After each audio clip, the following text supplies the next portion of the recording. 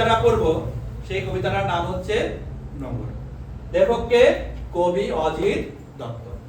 তাহলে নোংর কবিতার লেখককে কবি অজিত দত্ত। অজিত দত্তের একটা বিখ্যাত কাব্যগ্রন্থ সাদা মেঘ কালো পাহাড়, এই কাব্যগ্রন্থ থেকে এই কবিতাটি নেওয়া হয়েছে। কি কাব্যগ্রন্থ? সাদা মেঘ কালো পাহাড়। একটু বানানটা খেয়াল করবি, সাদা বানান তালবস্য আকার দয়াকার। আসলে লেখক এই বানানটাই লিখেছেন, তাহলে তোদের সাদা বানান হিসেবে কোন বানানটা লিখতে হবে? তালবস্য আকার দয়াকারে দা, সাদা মেঘ কালো পাহাড়।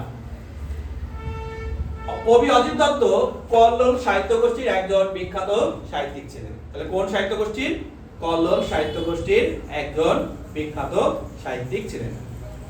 এবার নোংর কবিতার নোংর সম্পর্কে আমাদের একটু জানতে হবে। নোংর হচ্ছে এমন একটি যন্ত্র যেটা নৌকা বা জাহাজকে উপকূলে আটকে রাখে। কি বললাম? নোংর হচ্ছে এমন একটা যন্ত্র যে যন্ত্রের সাথে একটা দড়ি বা লাইলনের দড়ি ঠড়ি বাঁধা রাখা হয় এবং যেটার দিয়ে উপকূলে মাটিতে কি আটকে রাখা হয়, সেই যন্ত্রটাকে বলা হচ্ছে নোংর। এই নোংর কবিতাটিতে নোংর শব্দটি প্রতীকী অর্থে ব্যবহার হয়েছে। কি অর্থে? দেখ, যেহেতু আটকে রাখে তার জন্য এটাকে মায়া বন্ধন আসক্তির প্রতীক হিসেবে কবিতায় ব্যবহার করা হয়েছে কি নোংর শব্দটি। তাহলে নোংর শব্দটি কোন অর্থে ব্যবহার হয়েছে? মায়া বন্ধন আসক্তির প্রতীক হিসেবে আমরা নোংর কবিতায় এই শব্দটি ব্যবহার করেছি। দেখ, কবি বলছেন পাড়ি দিতে দূর সিন্ধু পারে। কবি এই জাগতিক জীবন ত্যাগ করে কবি পাড়ি দিতে চাইছেন কোথায়? মুক্তিলোকে, অর্থাৎ কবির কল্পনা লোকে, কল্পলোকে, যেখানে কবি পাবেন কি সুখ, শান্তি, স্নিগ্ধতা, যেখানে এই বাহ্যিক যে জগতের যে ঝামেলা অশান্তি সেটা থেকে তিনি অতিক্রম করে একটা সুখের জগৎ তৈরি করতে পারবেন, এমন একটা জগতে তিনি যাত্রা করতে চাইছেন। কবি মুক্তিলোক বা কল্পলোকে যাত্রা করতে চাইছেন। তখনই আমরা একটা জায়গা যাওয়ার চেষ্টা করি যখন বাস্তব জীবনে আমরা কোনো কিছুর মধ্যে অপূর্ণতা থাকে।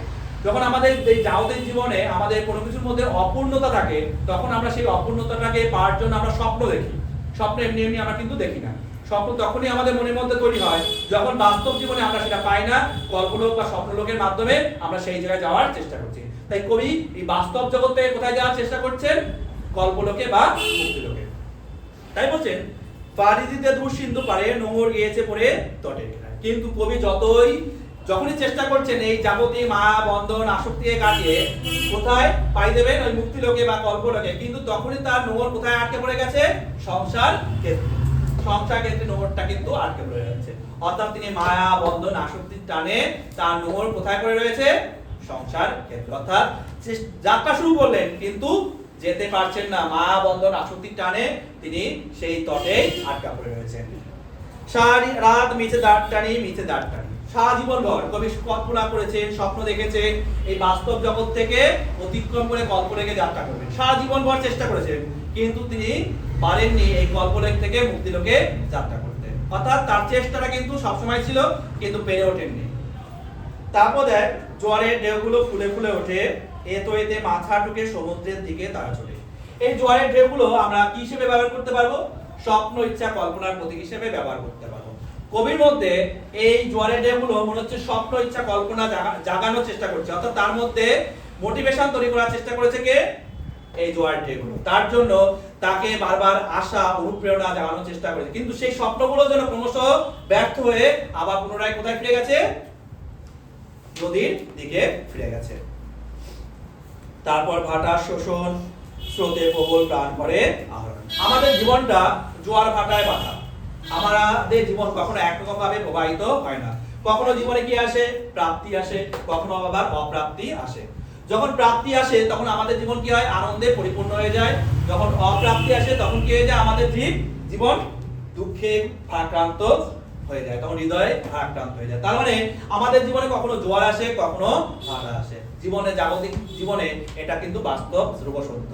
জীবন একভাবে কিন্তু কখনো প্রবাহিত হবে না, জীবনটা জোয়ার ভাটার মতোই প্রবাহিত হয়। যখন ভাটা সৃষ্টি হয় তখন জীবনে ক্লান্তি নেমে আসে, অবক্ষয়ের দিকে আমাদের ক্রমশ নৈরাশ্য গ্রাস করে নেয়। আমাদের বাণিজ্য তরী বাধা পড়ে আছে, যতই না দাঁড় টানে, যতই মাছ তুলে বাঁধি পাল, নোঙরে কাছে বাঁধা তবু এ নৌকা চিরকাল। কবি যতই চেষ্টা করেছেন, আঠাশাট হয়ে বাঁধার চেষ্টা করেছেন যে আমি কোথায় যাব? এই সংসারিক মায়া বন্ধন আসক্তি কাটিয়ে যে করেই হোক আমি কোথায় যাব? আমার সিন্ধু পারে বা মুক্তিলোকে বা কল্পলোকে যাত্রা করবো। কিন্তু যখনই যাত্রা করছেন তখনই তিনি কোথায় আবার ফিরে আসছেন? তটের কিনারে, অর্থাৎ মায়া বন্ধন আসক্তির টানে তিনি আবার কল্পলোকের পরিবর্তে বাস্তব জগতে অর্থাৎ সংসার ক্ষেত্রে ফিরে আসছেন। নিস্তব্ধ মুহূর্তগুলো সাগর গর্জনে ওঠে কেঁপে, চলতে বিদ্রুপ শুনি প্রতিবার দ্বারে নিক্ষেপে। তাহলে এই যে সংসারের, কেন আমাদের সংসার ভালো লাগে? সংসারের জাগতিক জীবনে নানা রকম অশান্তি আমাদের সাংসারিক জীবনে লেগেই থাকে। যখন আমাদের সংসার জীবনে ঝামেলা অশান্তি তৈরি হয়, তখন সেই সংসার এই ঝামেলা অশান্তি থেকে মুক্তি পাওয়ার জন্য আমরা তখন অধীর আগ্রহে মুক্তিলোক কাম্য করে বসি। এই জন্য কবির মধ্যে যখন সাংসারিক বিভিন্ন ক্ষেত্রে ঝামেলা অশান্তি তৈরি হয়, তখন তিনি চান এই কল্পলোককে পাড়ি দিতে। যতই তার দিকে চেয়ে ওই দিকে নিশানা, ততই বিরামহীন এই দ্বার টানা। কবি চাইছেন যে তার লক্ষ্যে অবিচল থাকতে।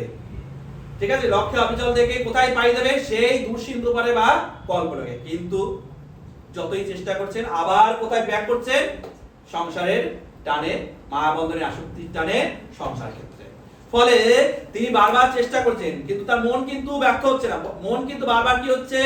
চঞ্চল, কল্পনা বিলাসী, স্বপ্নচারী। মনটা ব্যর্থ হচ্ছে না, বারবার তিনি ব্যর্থ হচ্ছেন, আবার চেষ্টা করছেন, আবার তার অদম্য শক্তিকে কাজে লাগিয়ে আবার কোথায় যাওয়ার চেষ্টা করছেন? মুক্তিলোকে। তরি ভরা পণ্য নিয়ে পাড়ি দিতে সপ্ত সিন্ধু পারে। পণ্য বলতে এখানে কি? আপাতদৃষ্টিতে মনে হতে হবে জিনিসপত্র। কবি যা যা জিনিসপত্র রয়েছে সব জিনিসপত্র নিয়ে চলে যাবেন, এমনটা কিন্তু নয়। পণ্য বলতে কবি সারা জীবনের অর্জিত সম্পদ বা তার সাহিত্য ভান্ডারের কথা বলতে চাইছেন, তার সৃষ্টিটাকে নিয়ে যেতে চাইছেন। অর্থাৎ তিনি যা সৃষ্টি করেছেন, যা সম্পদ তৈরি করেছেন বলতে সাহিত্য সম্পদ তৈরি করেছেন, সেইগুলো নিয়ে তিনি তার ভালো দিকটাকে নিয়ে তিনি সংসার ক্ষেত্রে ত্যাগ করে কল্পলোকে পাড়ি দিতে চাইছেন। নোঙর কখন জানি পড়ে গেছে তটের কিনারে, সারা তবু দ্বার টানি, তবু দ্বার টানি। কিন্তু কবির মন কখনো ব্যর্থ হয় না। যতই তিনি চেষ্টা করেন ব্যর্থ হন, মন কিন্তু গতিশীল থাকে। সেই জন্য তিনি কিন্তু কখনো ব্যর্থতায় পর্যবসিত হন না। এই কবিতাটি একটি রোমান্টিক কবিতা। কি বললাম? এই কবিতাটি একটি রোমান্টিক কবিতা বলা যেতে পারে। তাই রোমান্টিকতার কতগুলো বৈশিষ্ট্য রয়েছে। কি? কল্পনা প্রবণতা, যে আমাদের মনের মধ্যে একটা কল্পনা প্রবণতা দিকটা উঠে আসে। অপ্রাপ্তিকে পাওয়ার চেষ্টা, যে আমি কিছু চাইছি কিন্তু সেটাকে যে করে হোক আমাকে কি করতে হবে? পেতেই হবে। হার না মানা, অর্থাৎ আমাকে কি করতে হবে? পাওয়ার জন্য যতক্ষণ পর্যন্ত না পাবো আমি হার মানবো না।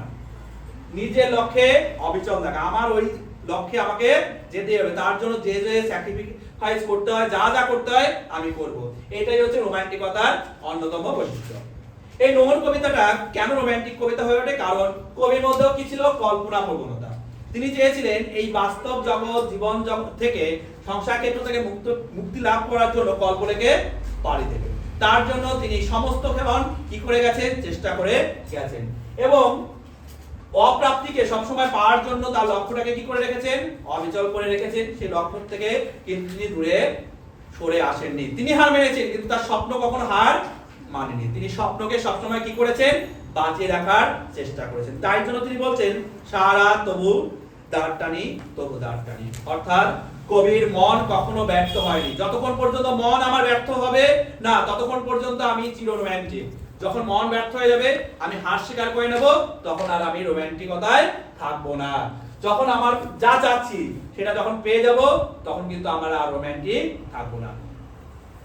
অপ্রাপ্তি যখন পূরণ হবে, প্রাপ্তিতে পৌঁছাবো, তখন কিন্তু আমরা আর রোমান্টিক থাকবো না, তখন আমরা আনরোমান্টিক হয়ে যাব। তাই আমাদের কাজ হচ্ছে রোমান্টিক থাকা। ঠিক আছে, আমরা কল্পনা প্রবণ মন নিয়ে বাঁচবো, অপ্রাপ্তিকে পাওয়ার চেষ্টা করব, হার না মেনে সামনের পথে এগিয়ে চলবো, নিজের লক্ষ্যে অবিচল থাকবো। যতক্ষণ পর্যন্ত আমরা এই গুণগুলো, এই বৈশিষ্ট্যগুলো আমাদের মধ্যে থাকবে, ততক্ষণ পর্যন্ত আমরা চির রোমান্টিক, চির তরুণ। ঠিক আছে।